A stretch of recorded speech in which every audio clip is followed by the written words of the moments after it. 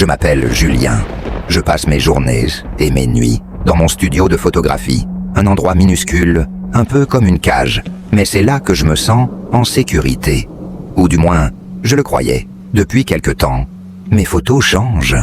Elles montrent des choses que j'étais sûr de ne pas avoir capturées. Des silhouettes, des formes sombres, toujours derrière les sujets, toujours floues. Comme si elles n'étaient jamais vraiment là. Comme si elles attendaient. Je pensais que c'était juste la fatigue. Je ne dors plus beaucoup. Mes mains tremblent, mes yeux brûlent.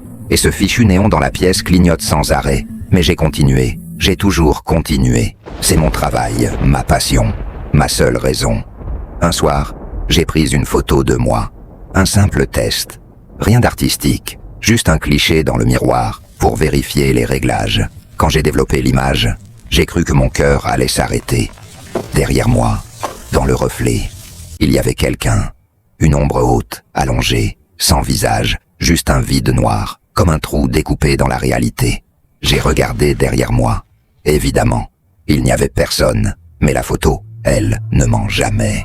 J'ai essayé de me convaincre que c'était un défaut d'exposition, une poussière, une tache, n'importe quoi. Mais mes mains refusaient d'arrêter de trembler. Chaque photo que je prenais ensuite, chaque reflet. Cet être noir se tenait derrière moi, toujours un peu plus proche, toujours un peu plus net. Alors j'ai arrêté de prendre des photos. J'ai éteint mes lampes, j'ai rangé mes appareils, j'ai même couvert le miroir. Mais dans la nuit, alors que je pensais enfin pouvoir respirer, j'ai entendu le déclencheur d'un appareil, juste à côté de mon oreille. J'ai sursauté, j'ai ouvert les yeux, et dans le noir, j'ai vu un petit point rouge clignoter. Ma caméra, celle que j'avais débranchée, éteinte, rangée, elle était allumée, et elle était posée juste en face de moi. Comme si quelqu'un l'avait déplacée pendant mon sommeil. J'ai pris une grande inspiration. Et je me suis approché. J'aurais dû fuir. J'aurais dû sortir de là. Mais je n'y arrivais pas. Je me sentais attiré. Sur l'écran de la caméra, une nouvelle photo était affichée. Moi, en train de dormir. Et juste derrière moi, très clairement cette fois, l'ombre.